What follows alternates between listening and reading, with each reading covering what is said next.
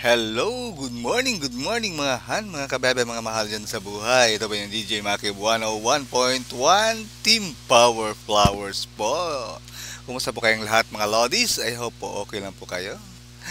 Alright guys, ipagpapatuloy na po natin yung kwento ng asawa kong mayaman. Sana all may asawa na mayaman, di ba? Ang tindi ni Kenyu. Alright guys, wag na natin patagalin guys. Ito na po yung kwento ng asawa kong mayaman. Nakangiting sabi ni Sunpong, ano pa ba? Don't tell me dapat kong subukang pasayahin ka. Ang pagpapasaya sa akin ay maaaring maging mas kapaki-pakinabang, walang pakialam na sabi ni Chinyu. Nang marinig ito, hindi napigilan ni Sunpong na matawa. Masyado kang puno ng sarili mo, ngini siya ni Sunpong. Sabi ng matandang doktor na iyon. Gusto niyang maghanap ng kumpanyang may lakas na katuwang. Sino ang pinaka-qualified? Siyempre, si President Shen iyon. Ano naman sa'yo? Anong mga kwalifikasyon mayroon ka? Sumulyap si Chinyu kay Sunpong at sinabing may walang pakialam ng ngiti, talagang wala akong gaanong kwalifikasyon. Ngunit marahil ako ang matandang doktor na iyon. Ha ha ha, lalong lumakas ang tawa ni Sunpong. Kung ikaw ang matandang doktor na iyon, ako, si Sunpong, ay isusulat ang aking pangalan ng baligtad. Si Chinyu ay hindi mapakali na makipagtalo sa gayong maliit na tao, kaya lumingon siya sa gilid at hindi siya pinansin. Nang makitang hindi siya pinansin ni Chinyu, tumakbo si Sunpong pabalik kay Shenyun sa isang mapang-akit na paraan. Sinulyapan ni Shenyun si Sunpong at sinabing walang pakialam. Magaling. Salamat, Pangulong Shen. Tuwang-tuwa si Sunpong. Ang iba pang mga negosyante ay sumunod. Tumakbo sila papunta kay Chinyu para kutsain siya at magpakitang gilas. Sa harap ng mga panunuyan ng mga taong ito, hindi umimik si Chinyu.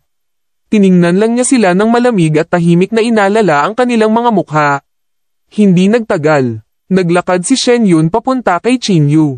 Tumingala siya kay Chinyu at sinabing, hindi ko talaga alam kung bakit ka nandito. Humihingi ka ba ng kahihiyan?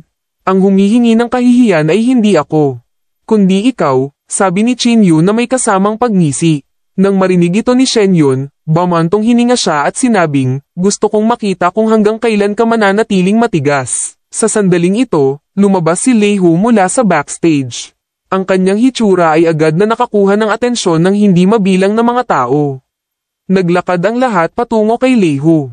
Chinyu, dahan-dahan nating ayusin ang score, sabi ni Shenyun at naglakad patungo kay Lei Hu. Lei Hu, nasaan ang matandang doktor na iyon? Mr. Lei, yayain mong lumabas ang matandang doktor na iyon. Sa pagtingin sa umaasang ekspresyon ng lahat, si Lei Hu ay nakaramdam ng kaunting pagmamayabang saglit. Tumikim siya at sinabing, lahat, mangyaring manahimik, alam kong gustong makuha ng lahat ang formula para sa soul nourishment pill. Ang lahat, mangyaring pasensya. Itigil ang pagsasalita ng walang kaparirakan at mabilis na anyayahan ng matandang doktor na iyon, naiinip na sabi ni Shenyun. Sumulyap si Lei Hu kay Shenyun at nakangiting sinabi, bakit ka naiinip? Kung hindi ka na makapaghintay, lumabas ka na. Natigilan si Shenyun. Napakamot siya ng tenga, parang hindi siya makapaniwala na ang mga salitang ito ay nanggaling sa bibig ni Lei Hu. Lei Hu, anong kalokohan ang sinabi mo? Bago pa makapagsalita si Shenyun, si Zhaogang ang unang nagmura. Napangiti si Lei Hu. Casual niyang dinampot ang isang bangkito at direktang itinapon sa ulo ni Zhaogang. Sino ka sa tingin mo? Ang lakas ng loob mong sigawan ako. Pinandilitan ni Lei Hu si Zhaogang at nagmura. Pangit ang ekspresyon ng lahat, at naramdaman nilang may mali. Hindi ba nila sinabi na si Shenyun ay isang sapatos? Ngunit mula sa saloobin ni Lei Hu kay Shenyun, mukhang hindi ito ang kaso. Napakalamig ng ekspresyon ni Shenyun. Huminga siya ng malalim at sinabing, Lei Hu, aayusin ko ang score sa iyo mamaya. Ilabas na agad ang tinatawag na doktor na iyon. Ngumuso si Lei Hu at hindi pinansin si Shenyun. Tumakbo siya papunta kay Chinyu at sinabing may nakakatakot ng ngiti, Mr. Chin. Tinatawag ka nila. Bagamat hindi malakas ang kanyang boses, umabot ito sa pandinig ng lahat. Lei Hu, anong ibig mong sabihin? Hindi napigilan ni Zhaogang ang sumigaw. I ask you to invite the so-called doctor out. Bakit mo hinahanap ang talunan na iyon? Tama, pinaglalaroan mo ba kami? Napakahalaga ng ating oras. Paano mo nagagawang sayangin ang oras namin? Ngumisi si Leho habang sinasabi, hindi ba gumagana ang utak mo, o hindi gumagana ang tenga mo? Si Mr. Chin ang tinatawag na doktor na iyon. Ganoon ba kahirap intindihin? Paano ito posible? Sigaw ni Zhaogang. Si Chin Yu ay isang talunan. Kailan siya naging isang tinatawag na doktor? Anong biro? Ngumisi din si Suyan, na nasa gilid. Nagkaroon kaagad ng kaguluhan sa pinangyarihan. Malinaw na walang naniniwala na si Chin Yu ang tinatawag na doktor na iyon. Dahan-daang tumayo si Chin Yu at humakbang papunta sa stage. Yao Qing, sigaw ni Chin Yu. Oo, Mr. Chin. Agad na tumango si Yao Qing. Kumuha siya ng sako at naglakad papunta sa gilid ni Chin Yu. Pagkatapos, nahulog ang sako sa lupa. At sunod-sunod na inilabas sa sako ang soul nourishment pill. Sa isang sulyap, mayroong hindi bababa sa daan-daang soul nourishment pills sa lupa. Lahat ng naruroon ay hindi maiwasang mapabuntong hininga. Kahit na ang soul nourishment pill ay nagdulot ng malaking kaguluhan sa Jiangcheng, ito ay napakabihirang. Maraming malalaking shot ang handang gumastos ng milyon-milyon para lang makabili ng isa. Magkano ang halaga ng napakaraming soul nourishment pills? Hehe. Umiinom ng isang grupo ng mga ordinaryong table tas at nagpapanggap na soul nourishment pills ang mga iyon. Hindi mapigilan ni Shen Yun na mapangiti. Nang marinig ito, mabilis na nag-react ang lahat. Tama, paano natin malalaman kung ito ay soul nourishment pill o hindi? Sino bang hindi nakakaalam na freeloader ka lang? Kailan ka naging medical practitioner? TSK. Niloloko ang pera natin kasama si Leho. Hehe, sa Jiangcheng, kami lang ang nakakaskam ng pera ng iba. Walang karapatan ng iba na lokohin kami. Nang marinig niya ang mga komento ng karamihan, bahagyang nanliit ang mga mata ni Chin Yu. Sa sandaling ito, isang matandang may puting buhok ang biglang sumugod sa entablado ng nagmamadali. Bilisan mo at pigilan mo siya. Nagmamadaling sumigaw si Leho. Teka, ikinaway ni Chin Yu ang kanyang kamay. Matapos tumakbo ang matanda sa entablado. Kumuha siya ng soul nourishment pill at tiningnan ito ng mabuti. Ang galing ni Dr. Yang. Sa sandaling ito, may nakakilala sa matandang ito. Ito talaga ang henyo na si Dr. Yang. Ang nangungunang doktor sa Jiangcheng. Hindi ko inaasahan na darating din ang henyong si Dr. Yang. Sa tamang panahon, hayaang tingnan ng henyong si Dr. Yang. Sunod-sunod na sigaw ng lahat. Ang matandang lalaki na tinawag na henyo na si Dr. Yang ay humawak ng soul nourishment pill at tiningnan ito ng mabuti. Lalong naging excited ang kanyang ekspresyon. At maging ang kanyang katawan ay nagsimulang manginig. Soul nourishment pill, isa talaga itong soul nourishment pill, sabi ng henyong si Dr. Yang sa nanginginig na boses. Pagkatapos, lumingon siya para tingnan si Chin Yu at medyo nasasabik na sinabi, ikaw ba talaga ang nagpino ng tabletang ito? Magalang na sinuportahan ni Chin Yu ang henyong si Dr. Yang at tumango habang sinabi niya, ang tableta na ito ay talagang nilinis ko. Nang marinig ito, hindi umimik ang henyong si Dr. Yang at lumuhad sa lupa sa mismong lugar. Nakapag-aral na ako ng medisina sa loob ng ilang dekada, ngunit hindi pa ako nakakita ng gayong mahimalang tableta. Mangyaring tanggapin ang aking busog. Tuwang-tuwang sabi ng henyong si Dr. Yang. Nang makita ito, nagmamadaling inabot ni Chin Yu ang henyong si Dr. Yang. Sir, bumangon na po kayo dali. Ikaw ay isang senior. Hindi ko matatanggap ito. Medyo takot na sabi ni Chin Yu. Ang henyong si Dr. Yang ay umiling at sinabing, ang edad ay hindi kailanman ibig sabihin ng anuman. Ang iyong kakayahan ay higit sa akin. Kaya may karapatan kang tanggapin ang aking pana. Nang marinig ito, si Chin Yu ay napuno ng paggalang sa henyong si Dr. Yang. Walang sinasabi kung gaano karaming tao ang nagsamantala sa kanilang seniority. Kakaunti lang ang mga tao na kasing tuwid at mababang loob ng henyong si Dr. Yang. Ang eksenang ito ay ikinagulat ng lahat sa ibaba ng entablado. Maging ang henyong si Dr. Yang ay nagsabi nito. Parang soul nourishment pill talaga yun, bulong ng isa. Hindi ko akalain na si Chin Yu talaga ang tinatawag na doktor na iyon. Mayroon siyang napakagandang talento sa murang edad. No wonder pinapaboran siya ng pamilya yan. Mr. Chin, maaari mo bang ibenta sa akin ang formula para sa soul nourishment pill? Handa akong magbayad ng 10 milyon. May unang nag-react. Handa akong magbayad ng 100 milyon. Handa akong gumastos ng pera para makabili ng ahensya ng tama. Sunod-sunod na sumigaw ang maraming negosyante sa ibaba ng entablado. Ang ekspresyon ni Shen Yun ay naging sobrang pangit. Napuno ng panghihinayang ang mga humingi ng pabor sa pamilya Shen. Sa ilalim ng pamumuno ni Sun Peng, lahat ay tumakbo upang kutsain si Qin Yu. Tiningnan ni Qin Yu ang maraming negosyante sa ibaba ng entablado at dahan-daang sinabi, "Wala akong race eta. Ngunit maaari kong ibigay sa inyo ang lahat ng karapatang kumatawan sa akin. 10% lang ang kukunin ko." Nang marinig ito, ang lahat ay agad na nasa sabik. Ang pagkuha lamang ng 10% ay katumbas ng pagbibigay nito sa kanila ng libre. Pero may kondisyon ako. Sa sandaling ito, biglang nagsalita si Qin Yu. Malamig siyang tumingin kay Shen Tian at sinabing, walang sino man ang pinapayagang makipagnegosyo sa pamilya Shen, at dapat pareho ang lahat ng presyo. Kung hindi, ang iyong karapatang kumilos bilang isang ahente ay babawiin. Malinaw na tina-target ni Qin Yu ang pamilya Shen. Kapag na-standardize na ang presyo, wala nang paraan si Shen Yun na bilhin ito sa iba. Malamig na tiningnan ni Shen Yun si Qin Yu. Bigla niyang hinampas ang mesa at tumayo habang galit na sinisigawan, "Qin Yu, sa palagay mo ba ay makakalaban mo ako sa masamang soul nourishment pill na ito? Sabihin ko sa iyo, imposible. Imposible man o hindi, wala sa iyo," malamig na sabi ni Qin Yu. Pinandilitan ni Shen Yun si Qin Yu at sinabing may masamang tono, "Maghintay tayo at tingnan." Pagkatapos sabihin iyon, tumalikod si Shen Yun at umalis. Si Sun Peng, na nakatayo sa gilid, ay hindi maiwasang makaramdam ng kaunting kahihiyan. Siya ay walang kahihiyang naglakad papunta kay Qin Yu at sinabing may nakakatakot na ngiti, "Mr. Qin, ako, nagjo-joke lang ako kanina."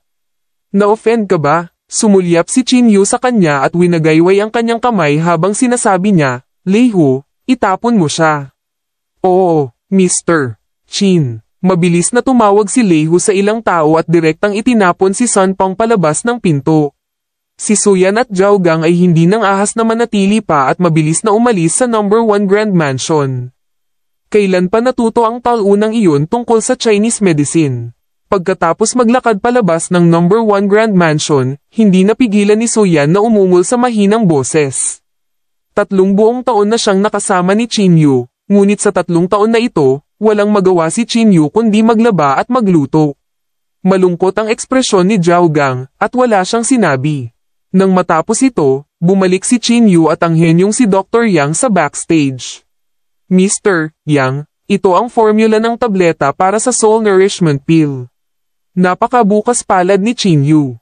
At direktang ibinigay ang formula ng pill para sa Soul Nourishment Pill kay Mr. Yang. Hindi ako makapaniwala na makikita ko talaga ang isang misteryosong formula ng tableta sa buhay ko. Mamamatay ako ng walang pagsisisi. Hinablat ni Mr. Yang ang formula ng tableta.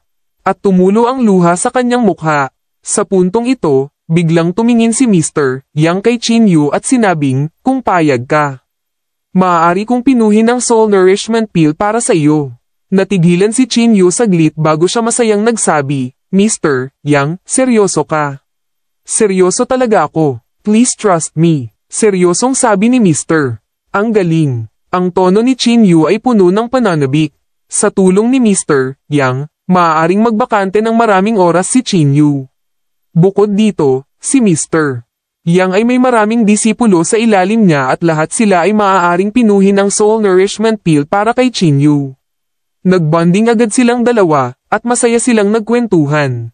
Sa pamamagitan ng kanilang komunikasyon, malinaw na naramdaman ni Qin Yu na si Mr. Yang ay isang medicine geek. Halos itinalaga niya ang kanyang buong buhay sa pagpino ng mga table tasks. "Sayang na hindi ako sapat na talented. Maaari lang akong manatili sa Jiangcheng sa buong buhay ko." Bahagyang napabuntong hininga si Mr. Pagkatapos, iniban niya ang paksa at tumingin kay Qin Yu habang sinasabi, "Sa iyong talento, tiyak na hindi ka dapat manatili sa Jiangcheng. Hindi bababasa. Dapat kang pumunta sa Chinese Medicine Conference upang makipagkompetensya at patunayan ang iyong sarili." Kumperensya ng Chinese Medicine. Kumunat ang noo ni Qin Yu at medyo nalilitong nagtanong, "Ano iyon?" Nagulat na sabi ni Mr. Yang, "Hindi mo talaga alam." Napakamot ng ulo si Qin Yu at awkward na sinabi, Mr. Yang, bihira akong lumabas. Kaya wala akong masyadong alam tungkol dito. Nang marinig ito ni Ji Yang, agad niyang ipinaliwanag. Ang Chinese Medicine Conference ay isang kompetisyong inorganisa ng ating bansa para sa Chinese medicine. Karaniwan itong ginaganap 2 beses sa isang taon. Hanggat mataas ang iyong ranggo, makakakuha ka ng isang tangkay ng mga halamang gamot bilang gantimpala. Noong nakaraang taon, ang unang premyo sa Chuzhou ay di umano'y 100 taong gulang na hari ng medisina. Nang marinig ito, agad na tumayo si Qin Yu. Mr. Yan. Totoo ba ang sinabi mo? Hindi maitago ang pananabik ni Qin Yu. Ang 100 taong gulang na hari ng medisina ay sapat na para kay Qin Yu na pinuhin ang 10 Qi Gathering Pills. Kapag dumating ang oras na iyon, tiyak na uunlad ang kanyang lakas. Tumango si Mr. Yang at sinabing, syempre totoo. Sa puntong ito, medyo nanghihinayang sinabi ni Ji Yang, ilang beses na akong sumali. Ngunit hindi ako nakakuha ng mataas na ranggo para sa Jiang Cheng. Akala ko wala ng pag-asa si Jiang Cheng. Kung lalahok ka, tiyak na magdadala ka ng kaluwalhatian sa tradisyonal na Chinese medicine world ng Jiang Cheng. Labis na nasasabik si Qin Yu. Hinawakan niya ng mahigpit ang kamay ni Mr. Yang at sinabing, Mr. Yang, huwag kang mag-alala. Talagang makukuha ko ang unang pwesto sa Chuzhou. Si Qin Yu ay may hindi mabilang na mga race eta sa kanyang mga kamay. Bagamat pansamantalang hindi napino ni Qin Yu ang isang tableta gamit ang mga race eta na ito, hanggat bahagyang bumuti ang kanyang lakas, hindi ito magiging problema. Sa buhay ko, makikita ko si Jiang Cheng na manggangguna sa Chinese Medicine Conference. I can rest in peace, hindi napigilan ni Mr. Yang na umiyak. Sa pamamagitan ng pag-uusap, nalaman niya na ang susunod na Chinese Medicine Conference ay sa loob ng 1 buwan. Upang maging ligtas, kinailangan ni Qin Yu na dagdagan ang kanyang lakas sa lalong madaling panahon sa loob ng 1 buwan upang matiyak na matagumpay niyang mapadalisay ang tableta. Sa kasalukuyan, hindi makapaghintay si Qin Yu na dagdagan ang kanyang lakas. Dahil alam niya na masyadong perpekto si Yan Ruizu. Ang karaniwang Joe ay talagang hindi karapat-dapat sa gayong babae. Dahil handang maniwala si Yan Ruizu kay Qin Yu, tiyak na hindi papabayaan ni Qin Yu si Yan Ruizu. Ruizu, siguradong hindi kita pababayaan. Si Qin Yu. Ang kanyang mga mata ay kumikinang ng maliwanag, na ikayam ang kanyang mga kamao. Namumula ang ekspresyon ni Shen Yun at puno ng galit ang kanyang mukha. Ang mababang buhay na ito ay talagang naglakas loob na linlangin ako. Binaliktad ni Shen Yun ang florera sa mesa. Dad, anong nangyari? Naguguluhan na tanong ni Shen Tian. Nakalalabas lang sa ospital. Malamig na ngumuso si Shen Yun at nagalit, shot the F***CK up. Lahat ng ito ay dahil sa iyo, talo ka. Agad na sinabi ni Shen Tian na may bahagyang hinaing. Ano ang kinalaman nito sa akin? Sa sandaling ito, lumapit si Zhao Gang at sinabing may nakakatakot ng ngiti, President Shen, kung ako sa iyo. Aalisin ko lang si Qin Yu. Masyado kang magsalita, sinipa ni Shen Yun ang puwitan ni Zhao Gang. Kung papatayin ko si Qin Yu, paano kung imbestigahan ito ni Yan Ruizu? Pananagutan mo ba? Inilabas ni Shen Yun ang lahat ng kanyang galit kay Zhao Gang. Si Zhao Gang ay lumiit sa gilid ng nahihiya. Bagamat hindi siya masaya, hindi siya naglakas loob na sabihin ang anuman. Ngumuso si Shen Yun at sinabing, ang aking pamilya ay may daan-daang produkto at higit sa 10 eksperto. Gusto kong makita kung ano ang magagawa ng isang hindi gaanong mahalagang soul nourishment pill. Alright guys, natapos na naman po yung panibagong kabanata natin guys. I hope po nag-enjoy po kayo sa ating bagong kabanata. At abangan nyo na naman po yung susunod na kabanata mga Lodis. I hope po i-share nyo po at i-like yung kwento ng asawa kong mayaman. Sana all. Alright guys, ito po si DJ Maki 101.1 Team Power Flowers. Thank you so much mga Lodis. I hope po i-bless kayo this day at mag-iingat po kayo. Bye-bye!